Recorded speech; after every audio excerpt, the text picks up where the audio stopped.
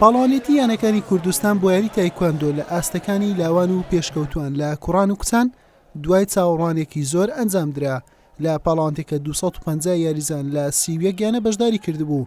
تەنها یانەکانی سلێمانی بەهۆی بوونی کێشەیەک بەشداریان نەکردبوو.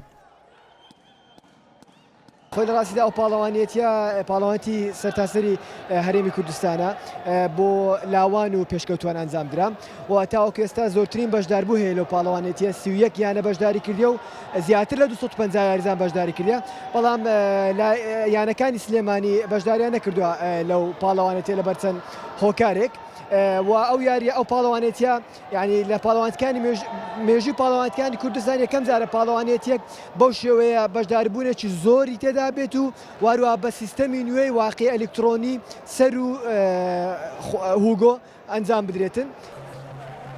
پاڵەوانێتەکە لە شاری هەولێر ئەنجامدرا و 2 ڕۆژی خایاند و ڕکابەری بەهێز لە نێوان یاریزانەکان بەدی دەکرا بۆ بەدەستهێنانی پلەکانی یەکەم و دووەم و سێم لە 36 کێشی جیاواز لە هەر چوار ئاستی یاریەکە.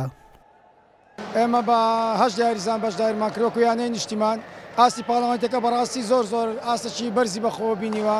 زۆر دەستخۆشی لە مامۆستا مەحموود دەکەم کە بەڕێوەبەری ئەو پاڵەوانێتە دەستخۆشی لە مامۆستا شاب دەکەم کە ڕئیس ئیتحادی کوردستانە، دەستخۆشی لە مامۆستا دەشتی و ئاشتی دەکەم کە وەکو ڕێکخراوی لێرلینگ ئەو پاڵەوانێتیان ئەنجامدا. ئینشاءڵڵا بەردەوام دەبین لەسەر پاڵەوانێتەکان. الحەمدولە ئاستێکی زۆر باشمانەوە کردیا. ئەمگەیشتیمە فاینال ئینشاڵڵا یەکەم دەبم و الحەمدولە زۆر بە یاریزانەکانمان ئاستێکی باشیان پێشکەش کردی لە بتوڵی ئینشاڵڵا هەموو یەکەم دەبێت.